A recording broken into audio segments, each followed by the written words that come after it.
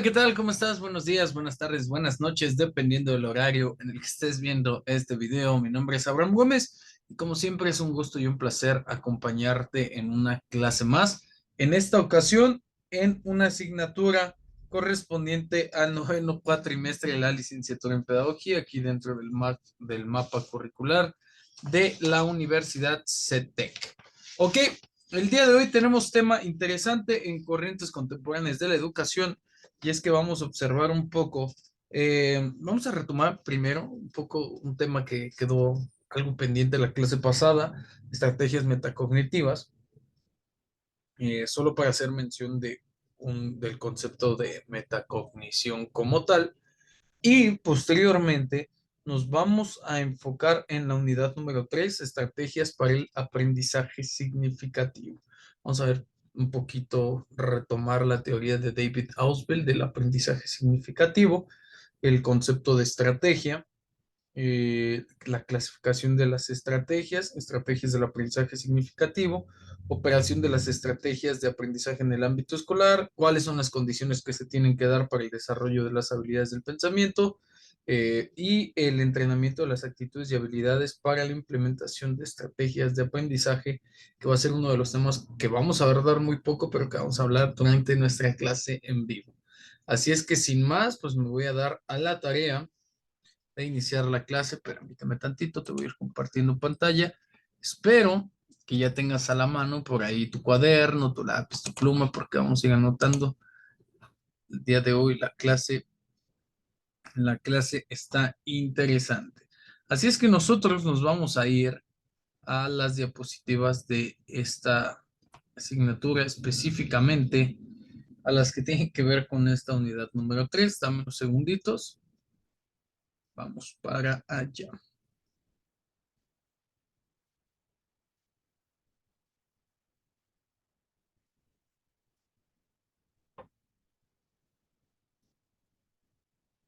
Ya vimos un poquito las diferencias entre modelo, técnica y enseñanza, pero las quiero retomar. Nos vamos a ir a la diapositiva número 40 y diapositivas si ya las tienes listas y a la mano.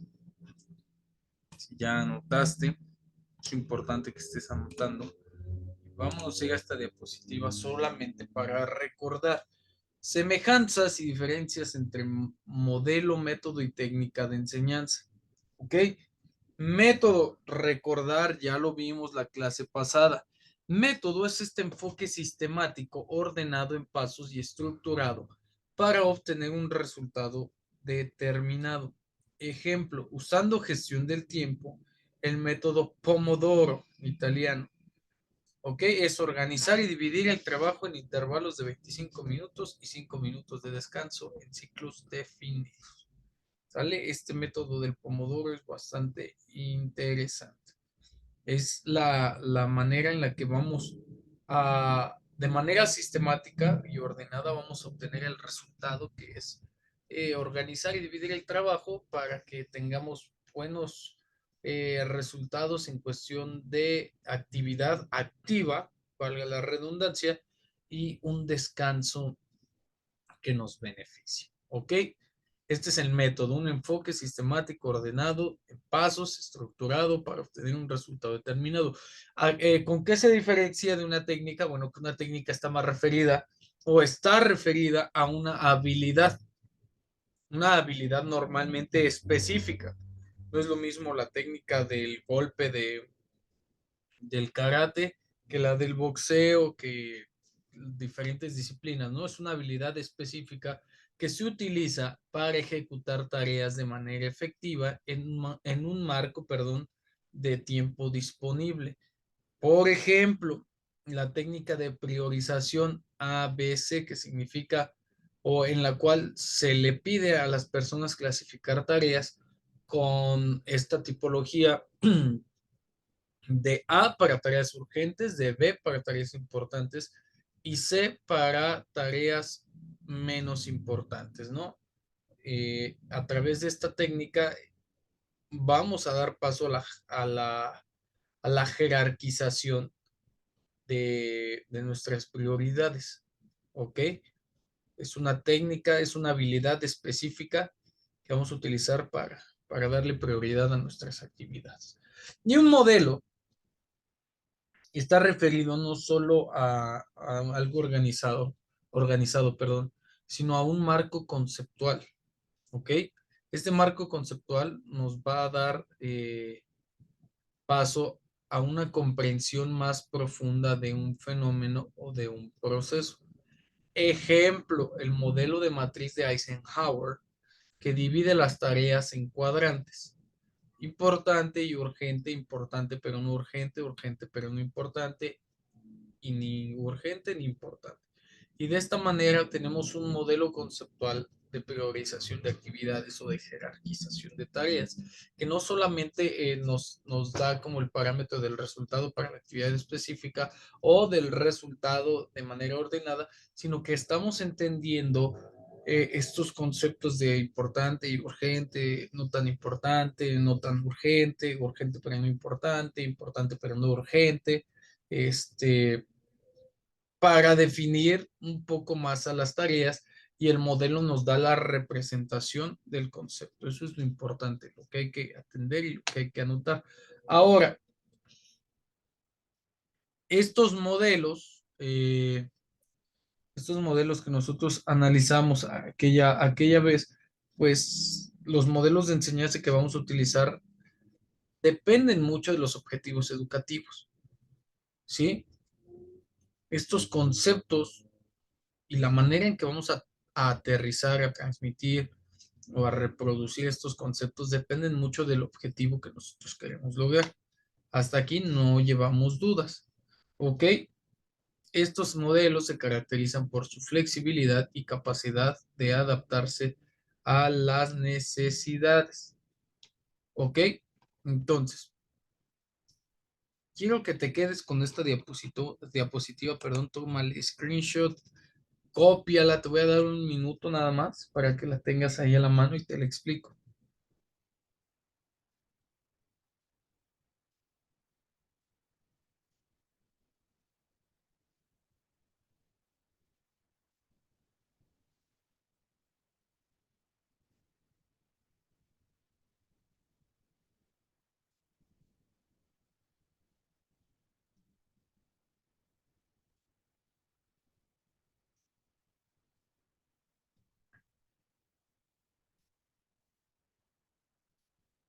Ok, aunque se pueden encontrar muchas definiciones de modelos pedagógicos con respuestas muy complejas y enrevesadas o rebuscadas, eh, estos modelos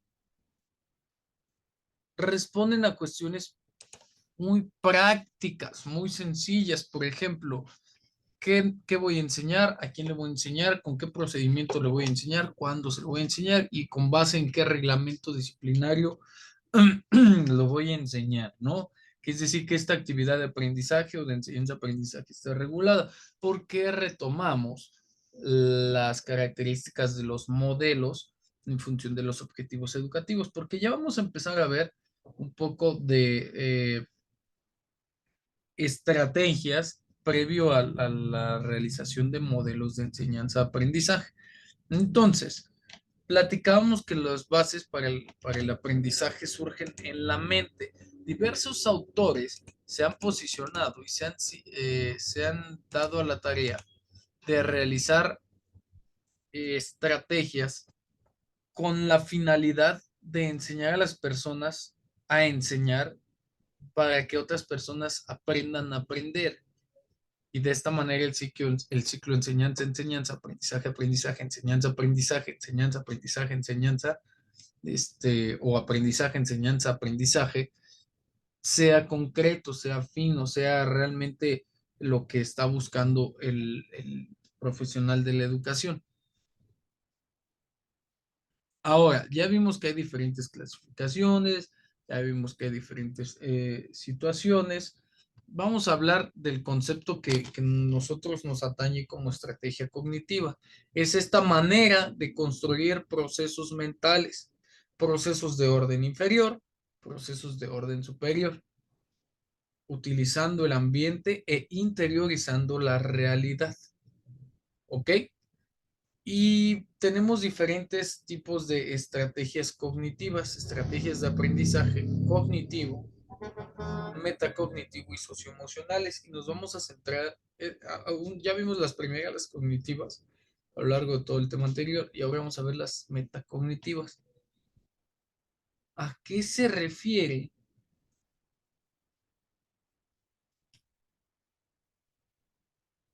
Esto ya lo vimos,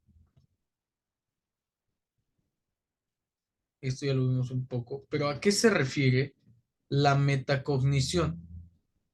¿Ok? Vamos a entender lo siguiente, la metacognición es esta parte de los procesos cognitivos que nos permite ser conscientes de cómo llevamos a cabo una tarea y la resolvemos de manera específica. Nos ayuda a conocer nuestras propias estrategias para abordar dificultades y a ser conscientes de nuestras limitaciones en relación a una actividad. Ok, la cognición, me voy a revisar un poco, las estrategias cognitivas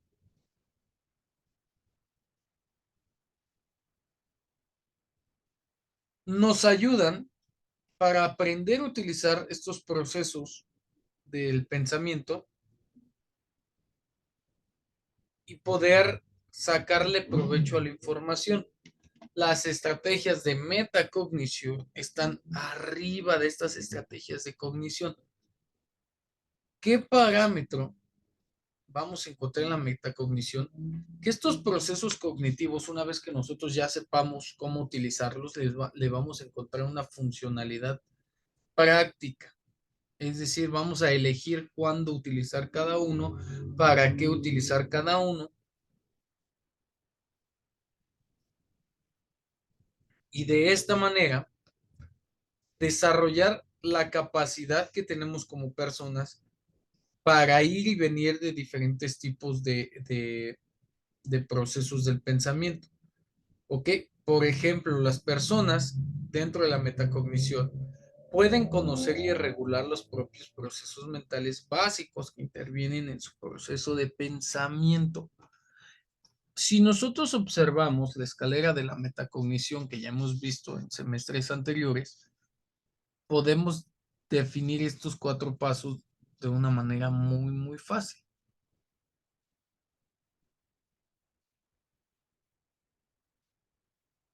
¿Ok?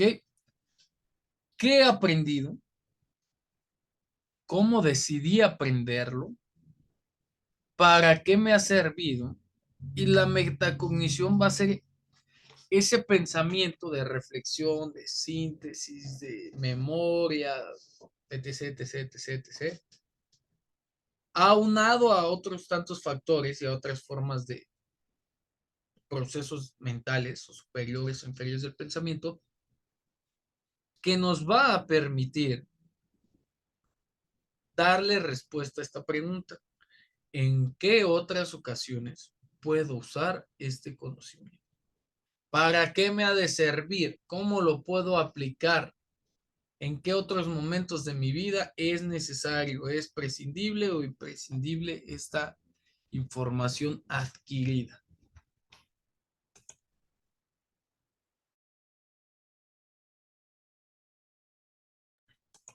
¿Ok? De esta manera encontramos que todas las estrategias metacognitivas son capacidades y al ser capacidades son entrenables, desarrollables, perfectibles. Se encuentran en un orden superior del pensamiento en cuanto a procesos superiores se refiere. Se caracterizan las estrategias metacognitivas por un alto nivel de conciencia y de control voluntario, ya que permite gestionar otros procesos cognitivos más simples. El conocimiento sobre la propia manera de pensar implica que un individuo es capaz de tomar conciencia del funcionamiento de su manera de aprender y de comprender por qué los resultados de una actividad han sido positivos o negativos. La metacognición aplicada al aprendizaje de las lenguas extranjeras es algo de lo que ya platicábamos, ¿no? Eh, ¿Cómo puedo controlar que pueda aprender?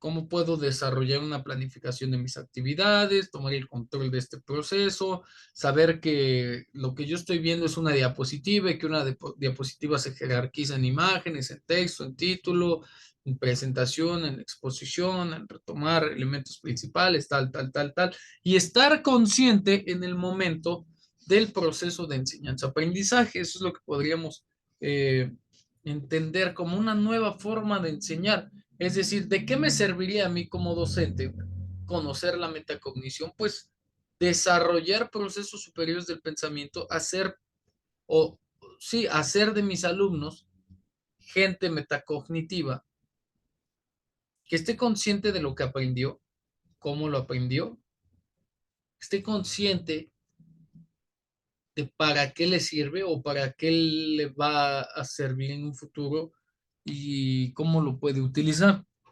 ¿Ok? Eso es importante. No en la historia de la educación, muy pocos han sido los docentes, pedagogos o profesionales de la educación que han podido trabajar con esta idea, porque es complicado, porque hay que entender los procesos inferiores y superiores, las taxonomías, las pautas para desarrollar el pensamiento, cómo enseñar a enseñar y cómo aprender a aprender. Ahora, anota esto, es importante.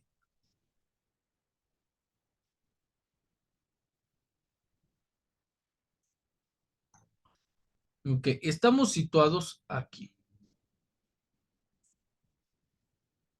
Quiero que cheques este dato, que lo compares con lo que te acabo de decir. El concepto de metacognición es relativamente reciente.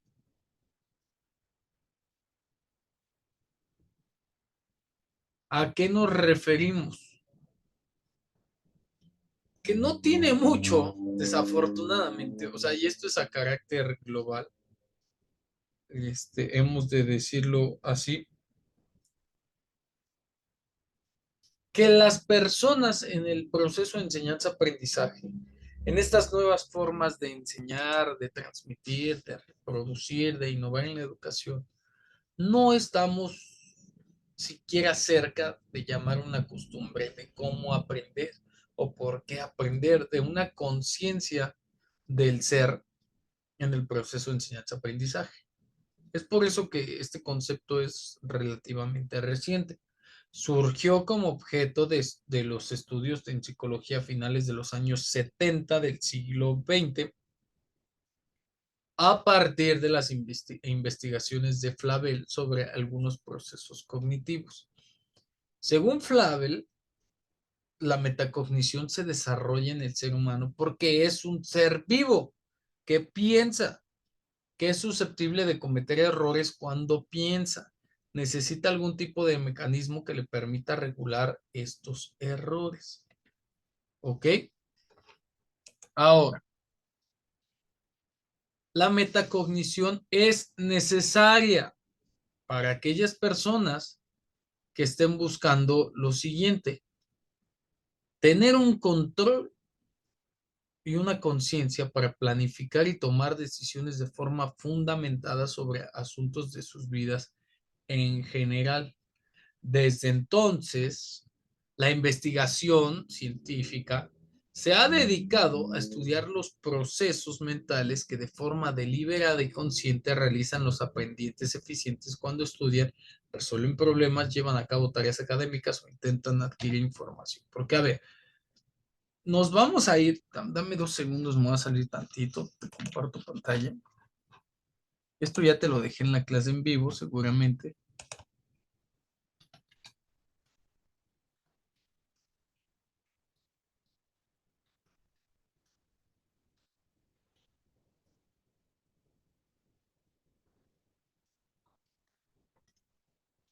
Hay un señor llamado Lev Vygotsky que nos habla de esto, de los procesos superiores e inferiores del pensamiento a través de su teoría del desarrollo cognitivo.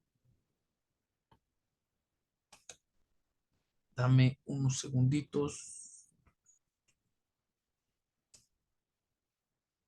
Voy a tomar este artículo solamente para explicarlo.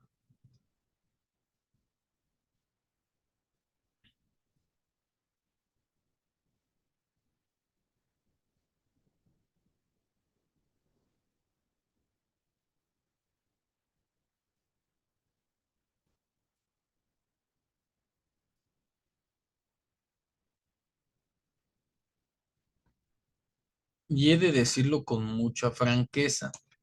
Mira, aquí ya está listo. La realidad es que utilizar nuestra estructura cognitiva no es para todos. Y aunque suene feo y aunque escuche mal, no todos tenemos la capacidad de estar conscientes de, del potencial que tenemos para pensar por el contexto, por el tipo de educación, por la situación psicofisiológica por la que atravesamos, pero la realidad es esa, ¿no? No todos tenemos como esa oportunidad de explotar nuestra, nuestra metacognición. Y te voy a decir por qué. Concurro un poquito con lo que dice Flavel. Mm, estos procesos,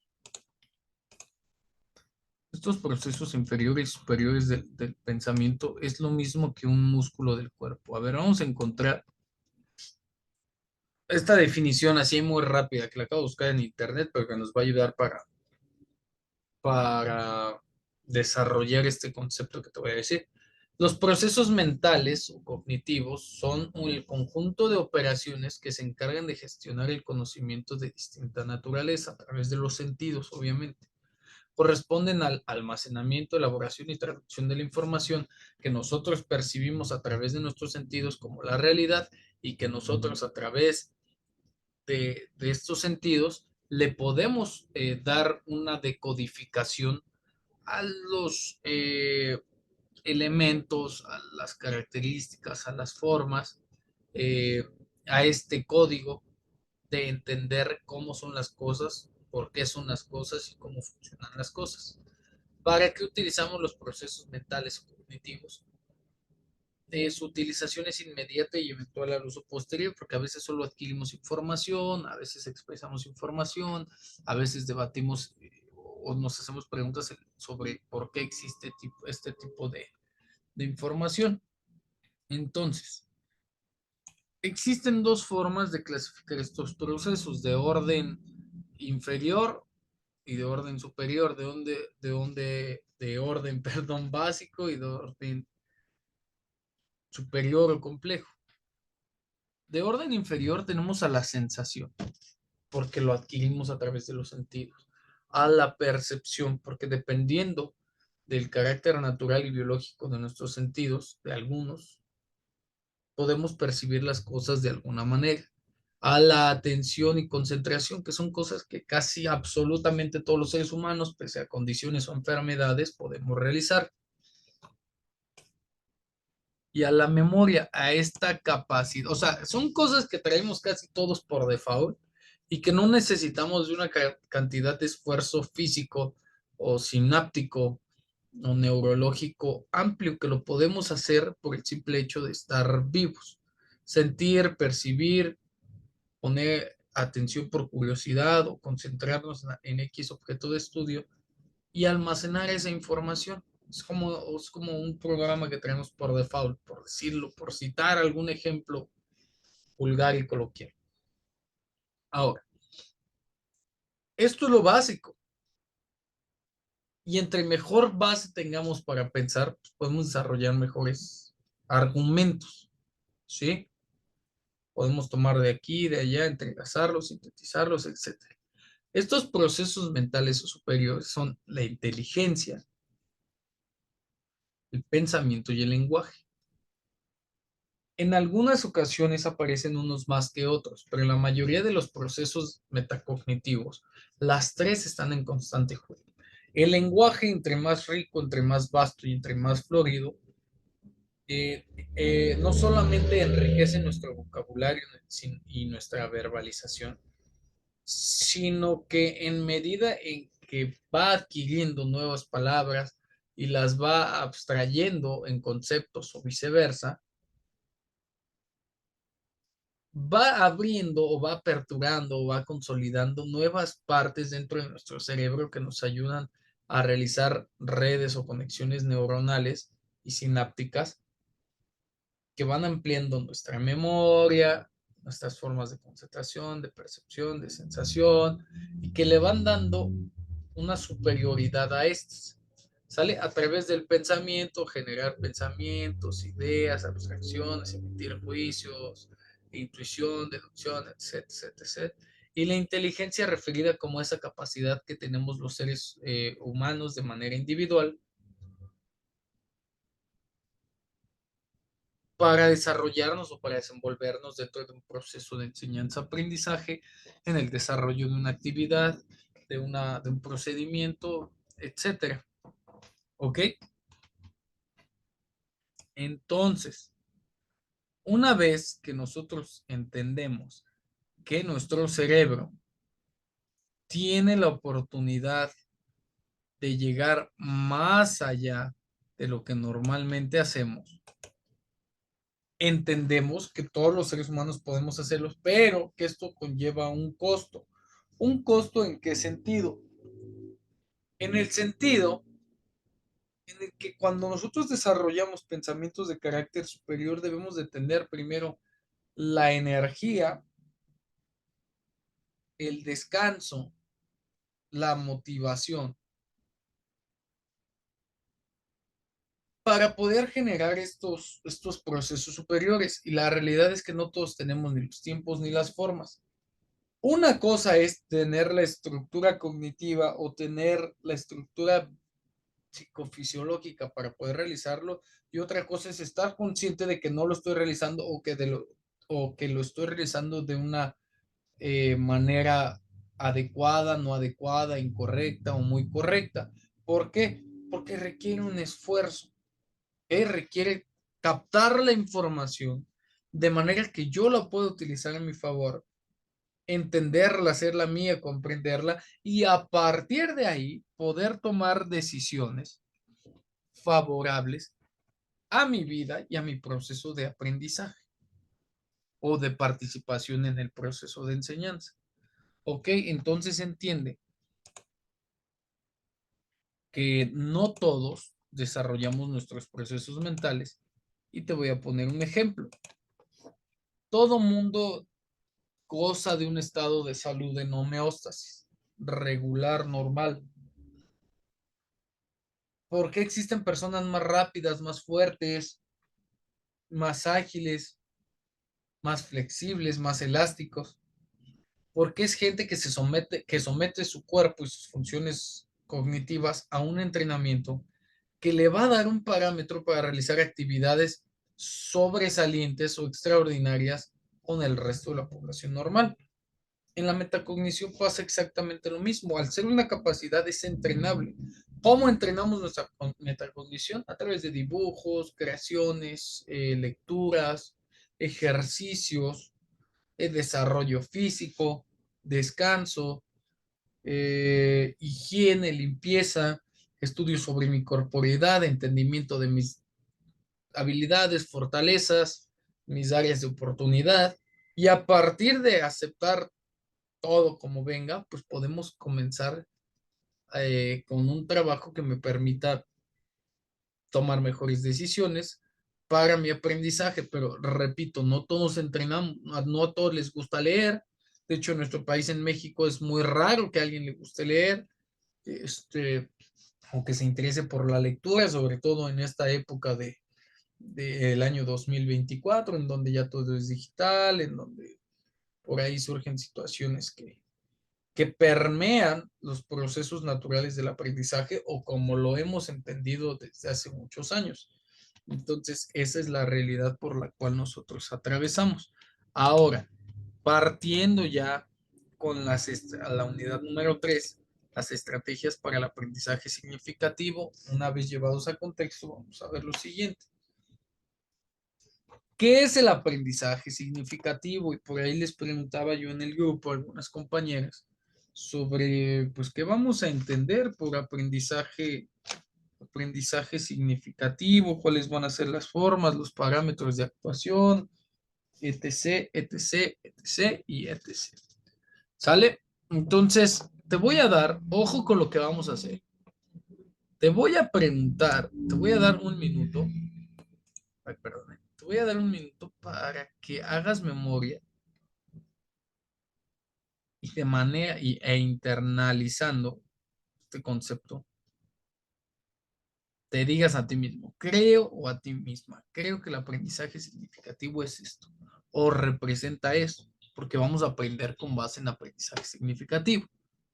¿Ok? Tienes un minuto, me voy, no me veas, te dejo. La pregunta es, ¿qué es el aprendizaje significativo?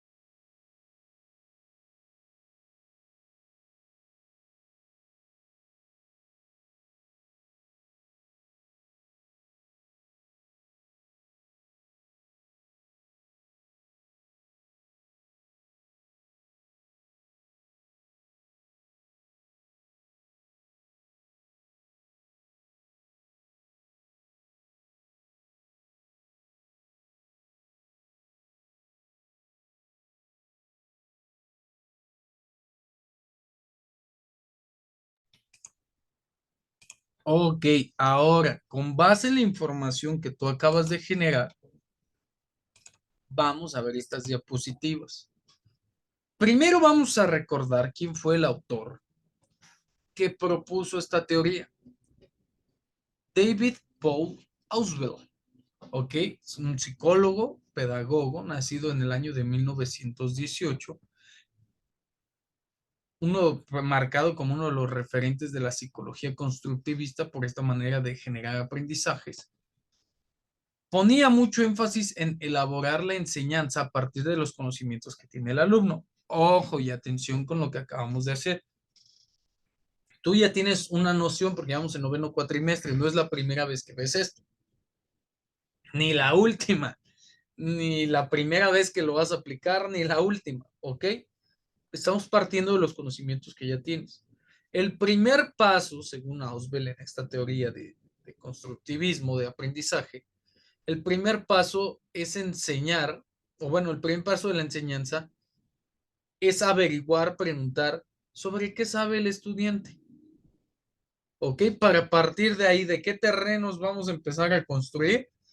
Conociendo de manera lógica qué hay detrás del modo de pensar del estudiante y de actuar en consecuencia. Porque, a ver, ahorita vamos a hablar de aprendizaje significativo, pero no todos sabemos lo mismo sobre el aprendizaje significativo y eso es lo que nos va a dar pauta a generar nuestros propios aprendizajes. De este modo, para Ausubel, la enseñanza era un proceso por el cual se ayuda al estudiante a que siga aumentando y perfeccionando el conocimiento que ya tiene, en vez de imponerle un temario que debe ser memorizado.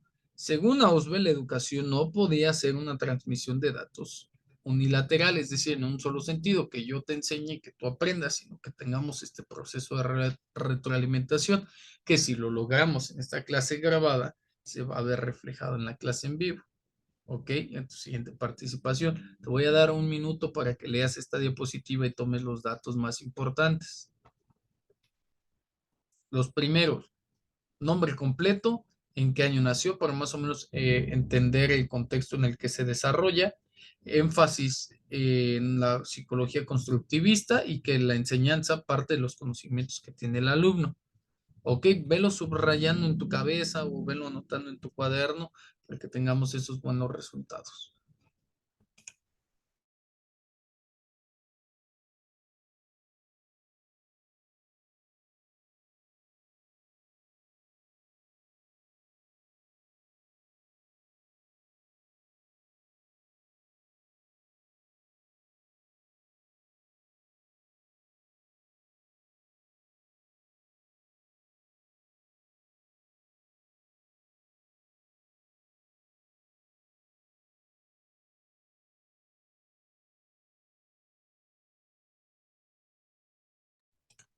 Ok, vamos a dar paso a otra diapositiva. David Paul Ausubel generó esta teoría, pero ¿qué es la teoría del aprendizaje significativo? Ok. A través de sus estudios y a través de la forma de entender el aprendizaje, Ausubel nos menciona que el conocimiento verdadero, el conocimiento que tiene durabilidad, solo puede nacer cuando los nuevos contenidos tienen un significado a la luz de los contenidos que ya se tienen. ¿A qué me refiero? Yo ya sé que es una bicicleta, ¿ok? Pero mi conocimiento verdadero se va a ir acrecentando en la medida en la que entienda todas las formas, todas las vicisitudes que rodean el concepto de bicicleta, a partir del conocimiento que yo tenga sobre una bicicleta o sobre las bicicletas o sobre qué es bicicleta. ¿Vale? Hasta aquí sígueme. Aquí vamos a anclar con la nueva información. No, no te alejes, no me sueltes. ¿A qué se refería Auswell con lo anterior? Aprender significa que los nuevos aprendizajes conectan con los anteriores. No porque sean lo mismo. Ojo, pon mucha atención, no es lo mismo. Acuérdate que estamos hablando de partes, ¿ok? De diferentes maneras de entender o de comprender. Entonces, de esta manera no significan lo mismo, sino que tienen que ver con estos, de un modo que se crea un nuevo aprendizaje. Vamos a aprender otra cosa totalmente diferente, contraria, pero del mismo concepto. Por eso el conocimiento nuevo encaja en el conocimiento viejo. Es como cuando vas poniendo las figuritas de Lego, como cuando vas construyendo con bloques, es así. ¿Ok? Los bloques pueden ser chiquitos o grandes, pero sin embargo van construyendo una estructura. ¿Ok? No conectan con los anteriores, no porque sean lo mismo, sino porque tienen que ver con estos de un modo que se crea un nuevo aprendizaje. Diferentes cosas forman una estructura, como cuando los Power Rangers unían sus Megazords para formar, unían sus Swords, perdón, para formar un Megazord. ¿Ok? Por eso el conocimiento nuevo encaja con el conocimiento viejo. ¿Ok? No es que se deseche, no es que se tire, sino que se fusiona, se reconfigura para tener un concepto más amplio, más significativo. Es decir, que ni el nuevo aprendizaje es asimilado de modo literal, no sustituye al otro, eh, ni el viejo conocimiento queda inalterado, no se borra. A su vez, la nueva información asimilada hace que los conocimientos previos sean más estables y completos. A eso se refiere Auswell.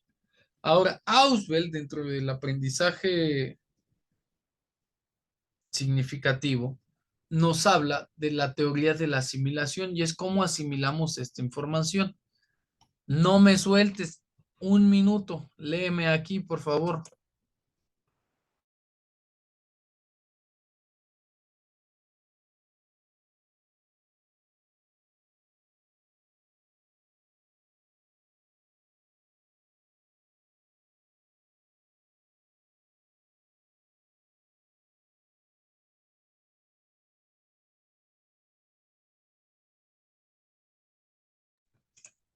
Ok, vamos profundizando aquí. La teoría de la asimilación, de acuerdo con Auswell, permite entender el pilar fundamental del aprendizaje significativo, que es cómo los nuevos conocimientos se integran a los viejos conocimientos. O sea, ¿qué hay entre lo que yo ya sé y lo que estoy aprendiendo? ¿Qué hace que se transformen? ¿Qué hace que se hagan uno? ¿Qué hace que hagan una simbiosis? ¿Cómo se fusionan? En la teoría de la asimilación, Auswell nos dice que este proceso ocurre cuando la nueva información es integrada a una estructura cognitiva más general, de modo que hay una continuidad entre ellas y la una sirve como expansión de la otra. Ok. Por ejemplo, si se conoce la teoría de Lamarck, de modo que ya se entiende un modelo de la evolución Luego es más fácil de entender la teoría de la evolución biológica de la herencia del darwinismo. Ahora, antes de que pasemos a otra cosa, dame un segundo, te voy a poner un ejemplo para que esto sea más significativo.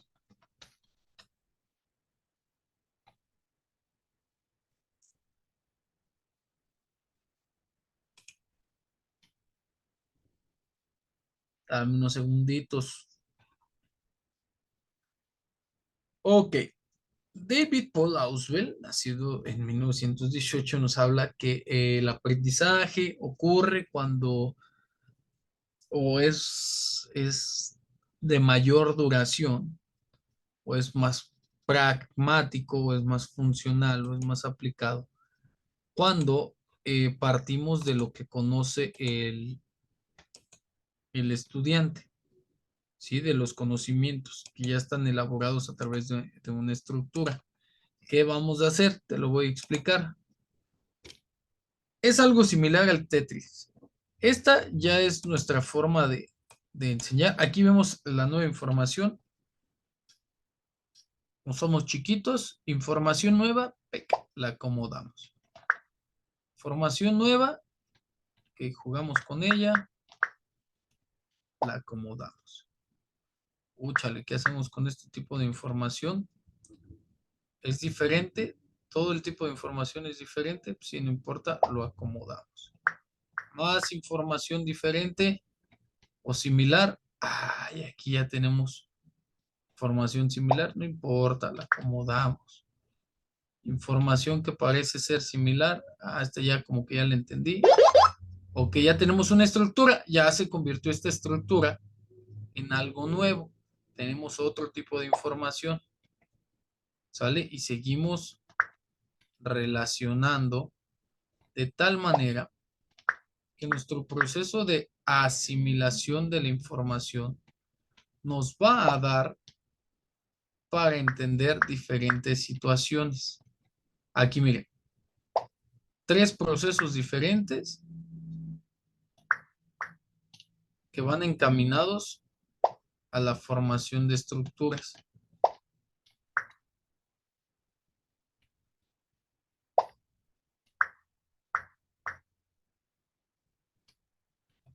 Y seguimos formando estructuras cognitivas que se van agregando a otras estructuras. Obviamente aquí en el juego, pues cada vez es más complejo y ahí ya se nos fue una, ¿no? Estas estructuras pues se van a ir ligando a manera en la que podamos generar estructuras que puedan competir y se van a ir poniendo más difíciles aquí en el juego. Entonces nosotros, pues así vamos jerarquizando información, ¿sale? Ya tenemos estructuras que vamos a buscar. Aquí lo vamos a poner aquí. Bueno, aquí ya perdimos, para hacer un ejemplo más práctico. Pero ¿qué vamos a... Dame 2 segundos. ¿Qué vamos a buscar? Que nuestros procesos de asimilación tengan realmente o cimienten las bases para que podamos construir mayor información. Hablando de la metacognición, pues que seamos conscientes de que lo que estamos aprendiendo puede ser asimilado de tal manera que se adapte a nuestras estructuras cognitivas, que lo podamos asimilar, a hacer un símil de algo que ya tenemos, de algo que ya está almacenado o guardado en nuestra memoria. Ahora, existen tipos de asimilación, por ejemplo, la asimilación por oblitereidad o la asimilación obliteradora, que nos dice que el proceso del aprendizaje significativo no termina nada más ahí. Al principio, cada vez que se requiera o que se quiera recordar la información nueva, se podrá hacer como si esta información fuese una entidad separada del marco cognitivo más general en el que se encuentra integrada. Es decir, ah, suena a algo que ya había aprendido, pero no es lo mismo. ¿ok? Y ya partimos de eso. Sin embargo, con el paso del tiempo, ambos contenidos se van a ir fundiendo en uno solo porque los vamos a ir acomodando, de modo que podamos evocar ambos conocimientos, el anterior y el nuevo, que entendamos que van juntos en el mismo proceso, como en el caso del Tetris, las que son zetas, las que son paraditas, las que son cuadrados, son conceptos diferentes, pero obliteradoramente eh, todas las figuras pertenecen al Tetris. En cierto modo, el conocimiento nuevo que se aprendió al principio queda olvidado como tal. ¿Sale? Se fusiona y en su lugar aparece un conjunto de informaciones que es cualitativamente diferente. Este proceso de olvido o de semi-olvido es llamado por David Ausubel como asimilación obliteradora.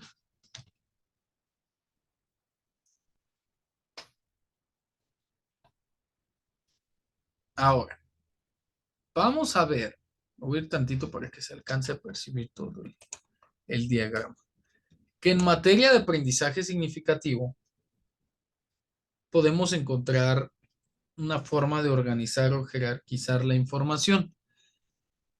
Vamos a concluir, porque esto es importante. Autores que hablan del aprendizaje significativo nos hablan que también es importante concluir sobre el aprendizaje para no llenarnos de tanta información y decir, a ver, la información que se presenta es esta, tú tienes esta, yo te presento esta, y vamos a formar un concepto que nos permita aterrizar, cimentar nuestras estructuras para que sean fuertes, para que sean amplias y podamos seguir más adelante organizando, asimilando más cantidad de información. Pasamos al organizador gráfico. El aprendizaje significativo crea estructuras cognitivas con la relación sustantiva entre la nueva información y las ideas previas. ¿Ok? Estas condiciones supuestas tienen que ver con una actitud, con ideas previas y con una significación potencial del material. Es decir, algo que haga, una, que recordemos más fácil, dos, que sea algo tangible, palpable y que signifique algo para nosotros. Podemos hablar de celulares y yo te hablo de un celular, de mi primer celular, para que tenga esta condición de adquisición de la nueva información, relación con mi persona. ¿Ok? El aprendizaje significativo se jerarquiza por inclusión, que puede ser combinada, supraordenada y subordinada, dependiendo de cómo queramos adaptar esta nueva información. El aprendizaje significativo es resultado de la asimilación por parte de organizadores previos como puentes cognitivos, que es yo te presento la información y tú la apropias. ¿Ok? Yo te voy a llevar de la mano hacia allá. Ahora, en este sentido, vamos a ver cuál es el concepto de estrategia, que es muy importante, la clasificación de las estrategias, para que podamos vislumbrar estas estrategias para el aprendizaje significativo. Ya cerramos ese tema, vamos con más información nueva. Una estrategia son las maneras de construir procesos mentales utilizando el ambiente e interiorizando la realidad. Esto ya lo habíamos visto, ¿sale? Vamos a construir formas de construir. La estrategia se entiende como un conjunto de programas generales de acción que llevan consigo compromisos de énfasis y recursos para poner en práctica una misión, de acuerdo con Kuntz y Weinrich en 1998. La palabra estrategia proviene del griego estrategia, que significa arte del jefe de la tropa u oficio del general. Antiguamente el término se usaba para referirse al conjunto de habilidades que debía manejar un general. Técnicas de asedio, desplazamiento con las tropas, distribución del armamento, todo lo anterior orientado para alcanzar un objetivo militar de conquista, de expansión, de guerra. Hoy en día se entiende, esto anótalo y es muy importante, hoy en día se entiende por estrategia un plan general de acción para alcanzar un objetivo. Anótalo. ¿Qué se entiende actualmente como concepto de estrategia? Un plan general de acción para alcanzar un objetivo. Una estra- uf, perdón. Una estrategia implica, entre otros aspectos, establecer objetivos, determinar las acciones para alcanzar esos objetivos, coordinar y administrar los recursos para ejecutar las acciones y evaluar los riesgos y los beneficios de las decisiones que se toman en función de estos objetivos. ¿Ok? ¿Qué necesitamos valorar para nuestra estrategia? Todo lo anterior. Ahora, debemos de ver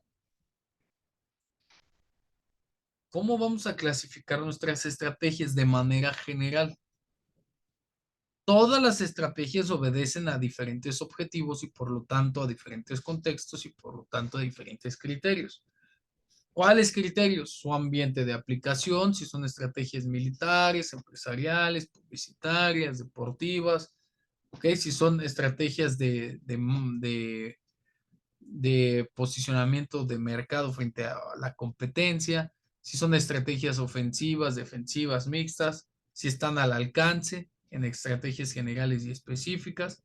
Según su ámbito de aplicación, las estrategias se reconocen de diferentes tipos. Por ejemplo, en aplicación militar, en la planificación de acciones y recursos militares con el fin de asegurar la victoria sobre las fuerzas enemigas o alcanzar determinados objetivos.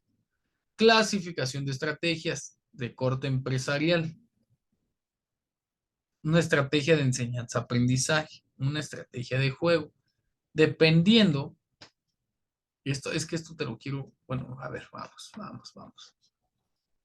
Ok, según su ámbito de aplicación, militares, empresariales. En la aplicación empresarial, el plan general de acciones está orientado a establecer el modo en que una empresa interviene en un mercado con el fin de obtener una ventaja sobre la competencia y alcanzar los fines expresados en su misión. Por ejemplo, yo aquí te puse a Napoleón Bonaparte y las siguientes diapositivas obedecen a los mejores estrategas que están inmersos en los anales de la historia. Aquí tenemos a Alejandro Magno. Estrategia de enseñanza-aprendizaje. Es un conjunto de procedimientos y técnicas empleadas con el objetivo de promover el aprendizaje. Estrategia de juego. Es una regla o un plan de acción utilizado por un jugador para responder a las circunstancias posibles en cada etapa del juego. Por lo general, en un juego, cada jugador tiene un conjunto posible de estrategias para elegir qué movimientos hacer y cumplir con el objetivo del juego.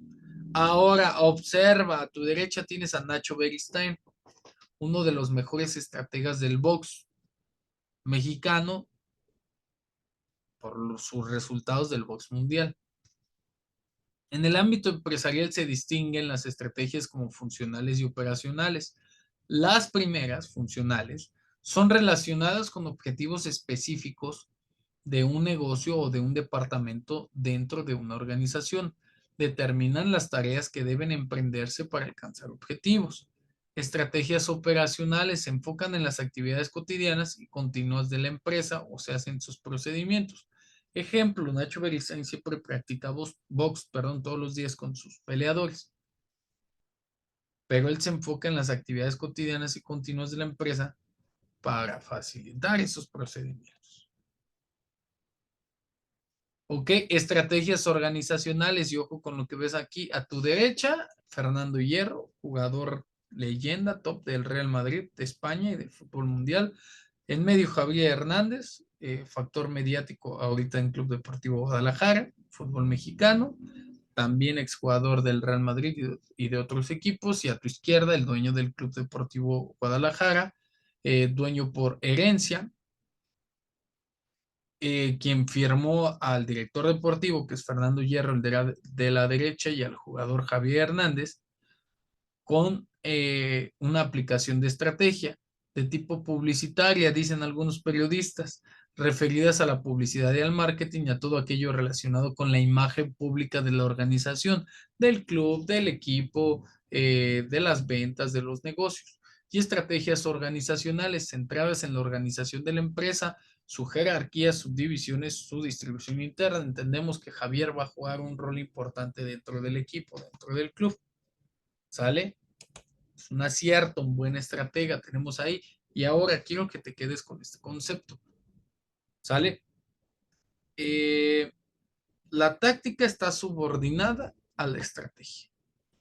Ahí le vamos a dejar, ahí le vamos a parar, porque quiero que me preguntes un poquito el porqué por qué la táctica está subordinada a la estrategia, cómo podemos hacer para que ésta se comprenda de una mejor manera.